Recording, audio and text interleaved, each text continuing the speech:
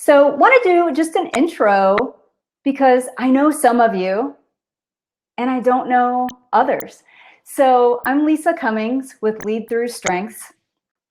And this is actually the first of a series of monthly manager trainings. You can call them that. You can call them conversations, a place where we meet to talk about finding people's strengths at work to help them become stronger performers at work. And we'll do these on lots of different themes and topics, and wanted to do this one on the topic of recognition and appreciation because it is an area that gets kind of often overlooked. If you think about the things that you put on your to-do list, it often doesn't include things that you would do with recognition and appreciation with your team members.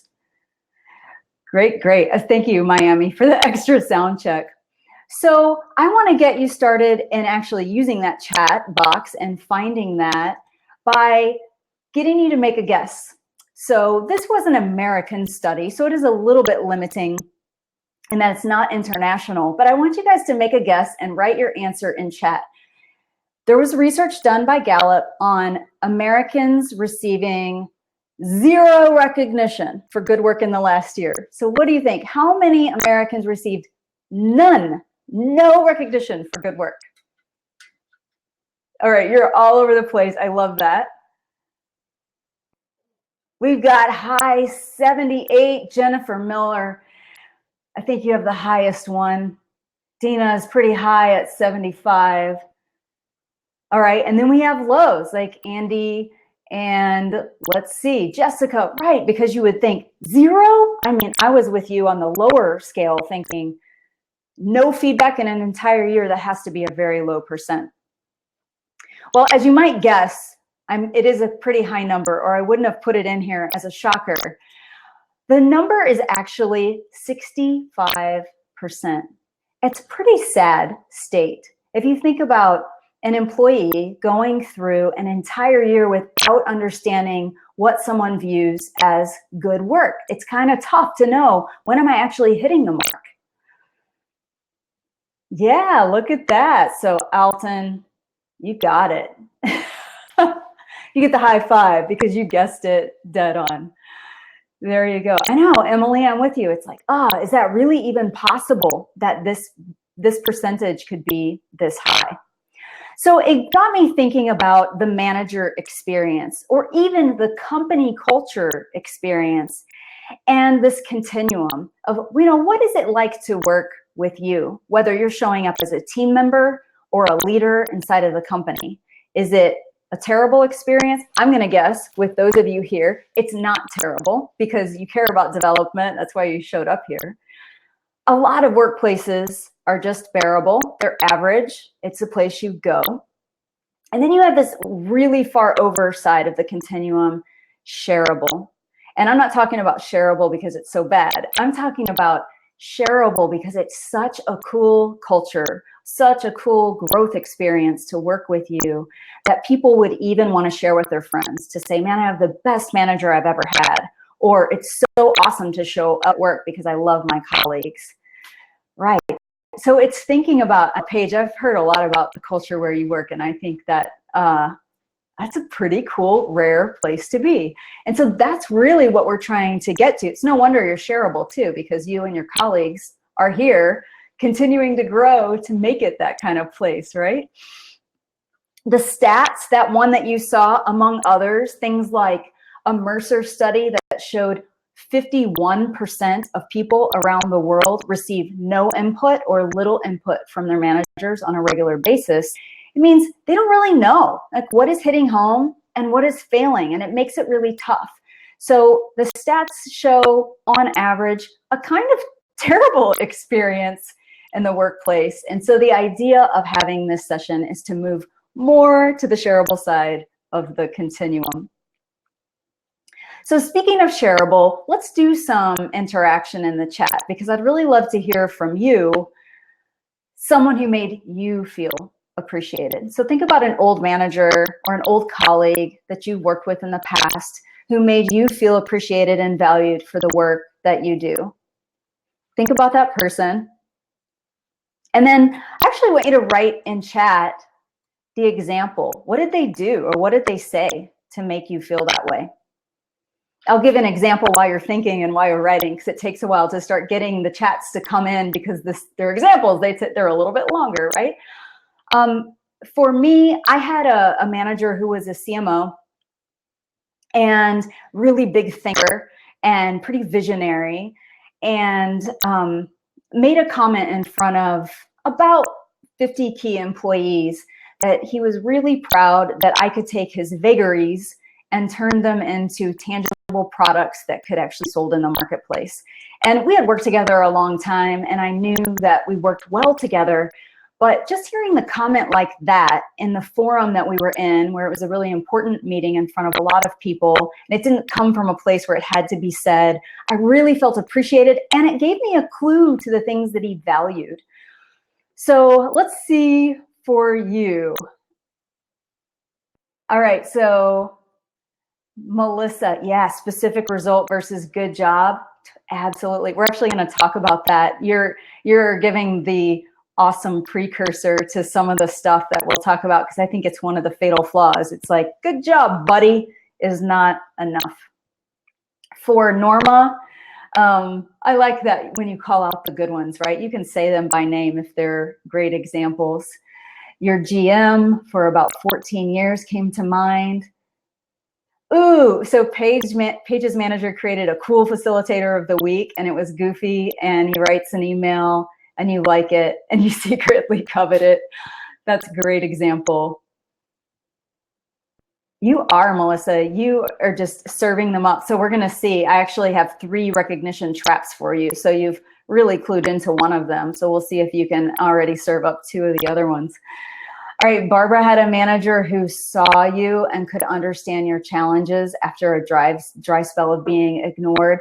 Yeah, I think a lot with appreciation is around being seen for you and for your unique contributions. So for those of you who are on the line as a people manager, it's able to really understand and individualize and see what makes each person special. Jessica, I love that your team is awesome at recognizing strengths. That your team members go out of their way to say, I'm so grateful you're on the team. And I think it's a key time, Jessica, because you brought that up, to share that this isn't only a manager's job. And you know, you saw that I invited beyond people managers on the roll today. We're talking about strengths champions are here, and also people who are on a team, like managers are inviting their team along, because we can't leave this role just to people managers. We all need to be able to spot talents in each other and appreciate them so that people know what you want more of. Great. So Jason, other people mentioning the good things they've heard a manager say. Ooh, that's kind of cool. It's like the ripple effect off of one person's comment. Lisa had a manager who would say, can I give you some feedback? And you would brace yourself and it would be positive. I love it. One of the exercises I used to do is I would give this example sticky note and say, come see me, and ask people, what does that conjure up for you? And it was a huge response that was just like yours, Lisa. That was, oh, great, come see me is going to be something bad, but then it would be something positive. All right, Barbara has a coach today who provides really specific coaching and support. Oh, there's another good transition, because it's one of the things we're going to talk about. Working perfectly. Say more about that, Toby. I don't know if that is the technology or if it's part of the recognition, what they said or did. And then normal one-on-one, because humans want to be recognized in public. Yeah, these are really good comments.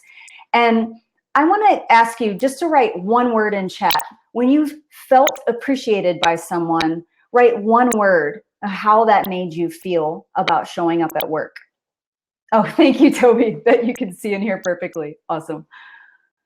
Inspired, happy, motivated, committed, all in. Doesn't everyone want that? Appreciated, proud, motivated, fired up. These words are so powerful. They were easy to come up with. And I think one of the biggest missing pieces is the intention for people to appreciate and recognize what's working in each other. Professionally satisfied. Yeah, that's really deep. And valued. Great. Okay, so let's talk about what gets in the way of this. So these words have big impact. We know that appreciation has had big impact on you. I think it doesn't happen because of a few really specific traps. Barbara and Melissa have given you some foreshadowing to some of them, but I'll say the first one is playing not it. It's a game of not it, not it, not it, and the feedback, where the only feedback people hear from each other or from their manager is often what isn't on target. So you can see my examples on screen are things like, you know, you weren't presenting the data we needed, or you weren't collaborating with the team, or you weren't prioritizing the right activities. The problem with only receiving not it kind of feedback is that it doesn't tell anyone where to go. If you say, well, that wasn't quite it. Oh, well, I'll try this. Well, that's not it. Well, I'll try this. And then people can go in circles infinitely looking for what is it for you. And it's just one of those traps that happens very often. People think about the idea of feedback only being a constructive act and not the flip side. So the antidote to trap number one is really go on a campaign to catch people doing something right.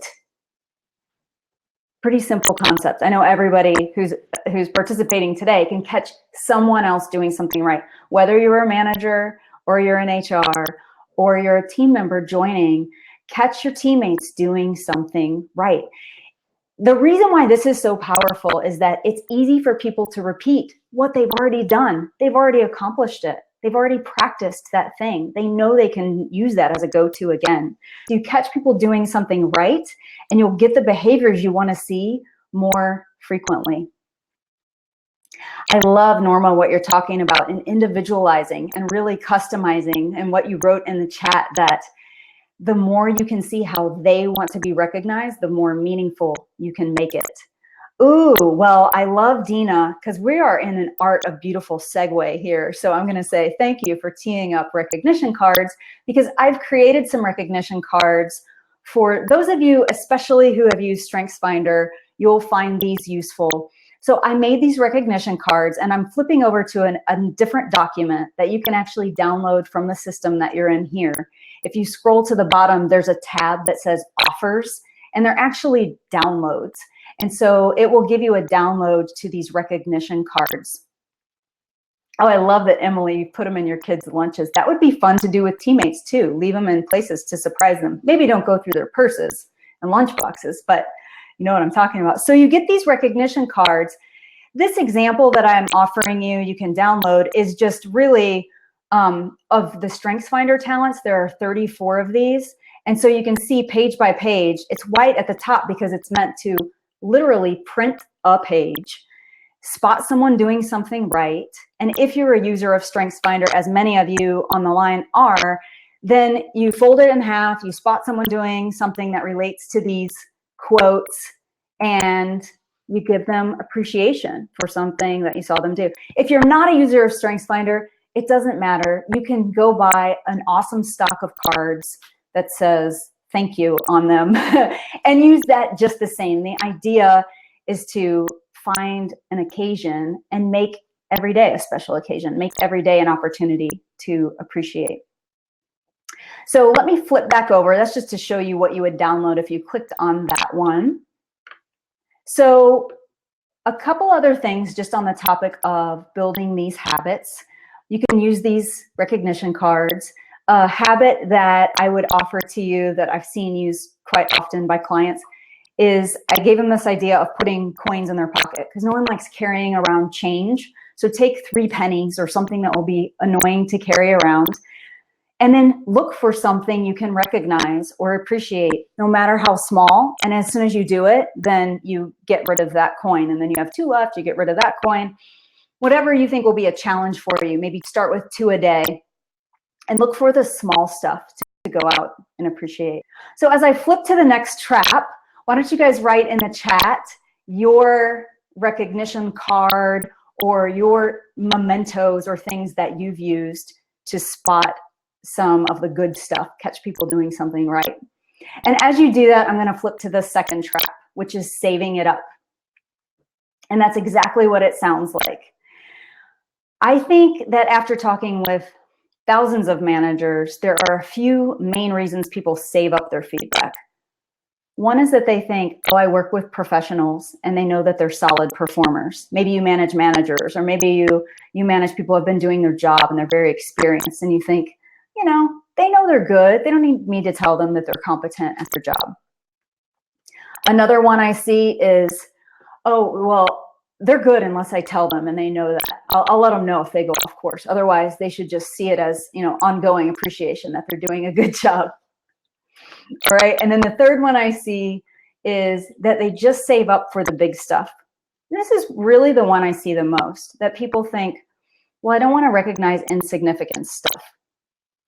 And so they save it up and they wait until it's something big. But when you save it up and wait for something big, you get that statistic we saw at the beginning, that 65% number, because those days just come around so infrequently that it's a lot easier and more meaningful if you give it to people along the way. Yeah, cool. Thanks for sharing the pin idea, the handwritten cards. And another one with the cards, I had a CEO who used to do the thank you cards, but he just made designated times. He made his airplane time thank you card time. And it's a good way to say, every time I'm on a plane going somewhere, which was regularly, he was going to do cards of appreciation instead of trying to block it out on his calendar. I thought that was a really slick way to do that. And yeah, like Melissa's saying, just do it verbally as soon as you notice something. And I call it, it's kind of me hacking that term. If you see something, say something. You see it, say something about it. You catch somebody doing the smallest flavor of what they're approaching, let them know. Now, if you feel, I'll give you just a quick one, Amy. I know you can't hear, no, Amy can't hear the audio. How about this? If anyone can chat Amy, and because she's not going to be able to hear the audio, that try the setting in the address bar, and otherwise I'll email her with the replay later so she can get to it. Okay, so I want to show you, for those of you who say, I'm not the greatest at coming up with the creative ways to recognize people for the small stuff, I put this in that offers tab. It's just scroll down and you'll see the download. It just directly takes you to this PDF. And it's literally 127 ways to recognize or appreciate things that are going on in your team. I'm not going to dig into the document a lot, but just to give you a tour of what this resource is. You can see, okay, the beginning, I got a little bit goofy because I am dorky like that. So they're really full of puns and silly things. Like if somebody's a fixer-upper, then leave them a screwdriver as a memento with the note saying something about how they fixed things up. Or the "you rock" you see at the top, where literally it's a letter U made out of wood and a rock sitting next to it, and then what they did to make them think you rock. So you see lots of goofy ideas. If you're silly or you want to come up with actually a physical memento, because it's fun to leave a surprise like that on a desk, then those are more of the physical ones at the beginning. And then you'll see as you get down to some of these other ideas, they're just words. A lot of times what people tell me is, I don't know what to say. I know I shouldn't just say good job, but I don't have a lot of good creative words in mind, and so getting specific gets difficult. And so here are just a bunch of adjectives to help. And then phrasing wise, to go beyond that, you have all sorts of ideas for stuff you can look for and how you can spot it. So all sorts of ideas in here. And I think just summarizing it, it's almost like the way that I use it, where I was this when you did this. And so you can say I was, and then anywhere pick an adjective, and then when you, and then pick the fill in. And these are just great inspiration. Put them in your own words, make them you, but these will give you some things. Like if you blocked out 30 minutes on your calendar once a week, just as a recognition block, you can come to this for inspiration to find things to spot. So this thing is packed with ideas for you. I hope it and use it, and also just, you know, share with those of us that can keep building on this and adding more ideas. Yeah, so it's Lisa. I thought that would be helpful if people say, I just kind of blank and I feel like I'm under pressure and I get writer's block if I'm trying to do cards or just what I should say. So the other thing besides the handout and catching them doing something right is a lot of times people will get stuck on looking for the what, like what they did, the actual result or outcome. But a lot of times how they got there was really impressive to you because they collaborated really well on the way there, or they extended a helping hand to a teammate. And so also look for the how. And for those of you who are into StrengthsFinder, those really speak to how they get work done as well. So those naturally lend themselves to the how discussion so that you're not limited to the what. All right, the third one, all right, I'm probably not gonna call anybody on the line a lazy recognizer because you're here and you've already called out, this is the one that Melissa called out, that it's the good job, buddy, nothing there. And in my opinion, saying good job, nice work is kind of like being a likeaholic online, where you're just doing a drive-by and you're doing a lot of things like great, great, great, great, great. But it really doesn't tell anybody anything beyond that. So getting to the substance. The other one, this is a trap that unfortunately I see way too much. And I call it the bamboozle sandwich. And it's because so many people have been taught the sandwich technique to sharing feedback with each other. And I think it's to displace the discomfort. And you know the sandwich technique, it's when you say something nice and then you give them the constructive feedback and then you end with something nice so you can normalize and get back to your relationship with each other. But you know what ends up happening is somebody says, oh, Mindy, I really loved what you did with that tough customer situation the other day. That really put her at ease. And oh, I've been meaning to talk to you about the mornings. You know, I've been getting in a little bit later and nobody's here to cover the phones in the first hour. And we've been getting some customer complaints about it. Oh, but I also wanted to thank you for ramping up Amit because he's new to the team and you really went out of your way to help him out. And the whole thing is just so awkward. And you know, by the time you gave that feedback, the person feels bamboozled because when they walk away later, they realize, oh, they didn't really care if I helped Amit and they didn't really care about the smoothing over. They just said that to, you know, butter me up for the tough stuff. Yeah. So you're with me in the chat that this sandwich technique is failing people. So instead of that, it's being on the lookout for things to spot. And the Johari window, oh, it's not in this document. Let me flip over here. This is the last one I want to show you as a resource. And this is where you get really ninja with recognition because you're thinking about it through 4 different lenses. And so the Johari window, if you've never seen it, it's been around since the 50s. It's an old tool, but it's often used to really assess blind spots and get into the negative side. But you can actually look at this for ways to frame the positive peaks you get at people's performance.